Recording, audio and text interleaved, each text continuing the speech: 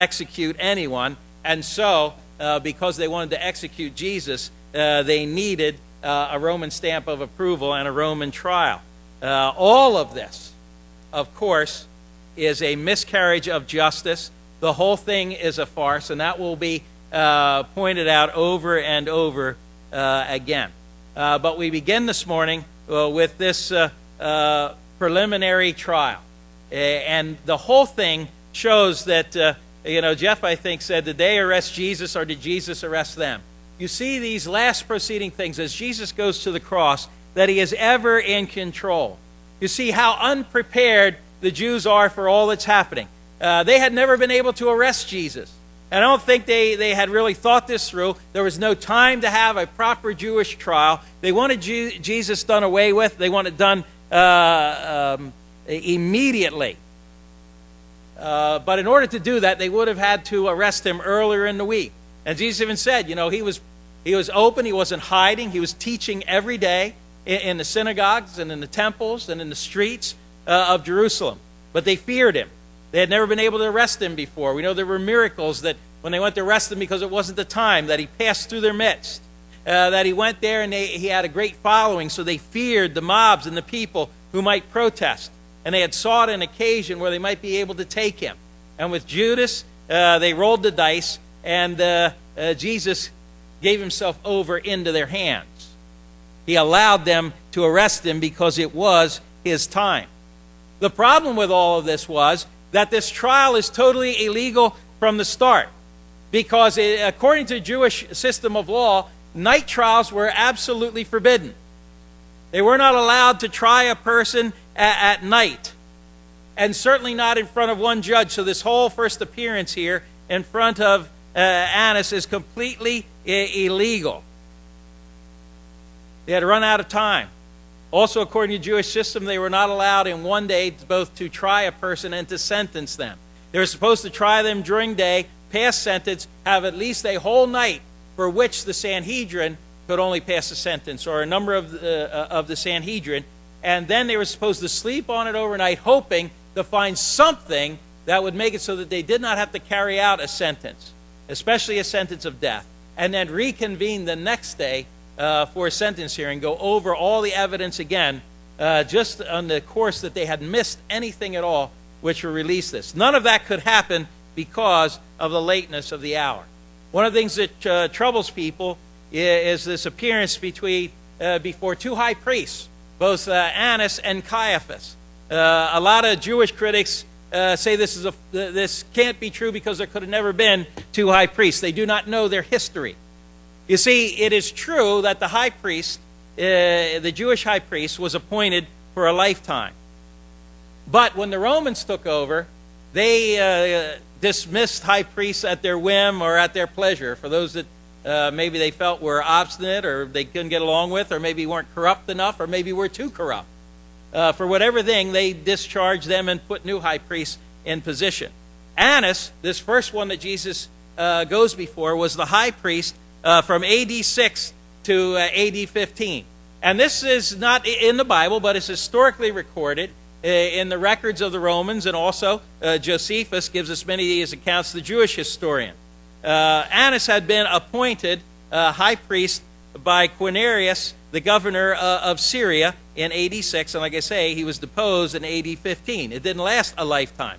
He was deposed by Valerius Gratus, who became the prefect of Judea. And so they had then, at that point, Annas as the high priest, and also Valerius Gratus had appointed Annas' son-in-law, Caiaphas, as the high priest, who was the official high priest during Jesus' arrest and during the trials here. Annas, of course, who had been appointed earlier and after the death of a different high priest, many of the Jews considered him the legitimate high priest. And so that we believe that Annas was the power behind Caiaphas. And he was taken to him first in the middle of the night, and he was preliminary examined by him. Annas was appointed by Valerius Gratus in AD 18. There was a little gap in there in which there was a one in between. And he held that office for 18 years, from AD 18 to like AD 36. So he is the official high priest at the time of Jesus. Actually, he held the office, Caiaphas, longer than any other high priest in New Testament times. But as I said, Annas was probably, despite all the legal difficulties and who had officially go to the Romans and who officially held the position, Annas was probably the real power and the one to whom that most of the Jews would have considered the legitimate high priest at that time. So they bound Jesus up, and this whole cohort takes him down to see Annas, probably in the household of Caiaphas. Annas probably was living with his son-in-law, and they took him into a room before Annas. And of course, that makes logical sense, because this whole proceeding is going to be illegal. They want Jesus to go before Caiaphas and before the Sanhedrin. It is probably, it's after midnight. And they've sent out runners. They've got to get a quorum together of the Sanhedrin.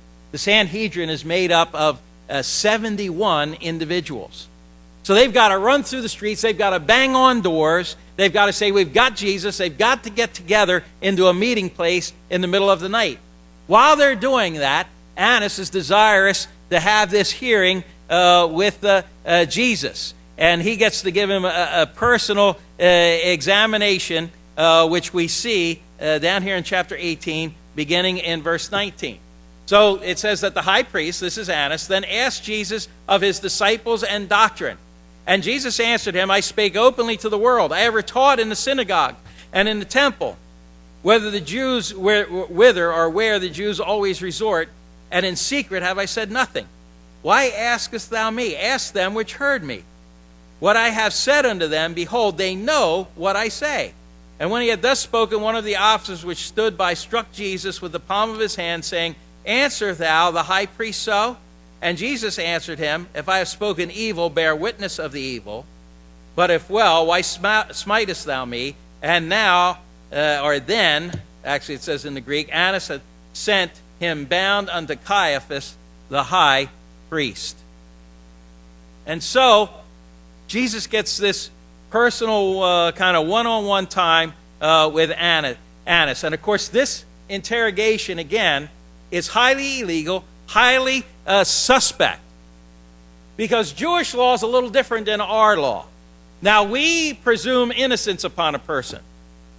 But the Jews took that to the nth degree. The Jewish law held that a man was absolutely, totally innocent, and he wasn't even on trial until the evidence of witnesses was read into the case. It had to be stated by the witnesses. It had to be confirmed that these witnesses were legitimate, that their testimonies agreed absolutely, and then the person actually went on trial. Not until the charges were brought forth and the witnesses were shown to be legitimate and trustworthy. Then the case actually began. Of course, again, it's at night. It's in front of one judge, which was strictly prohibited to go before one judge in Jewish law.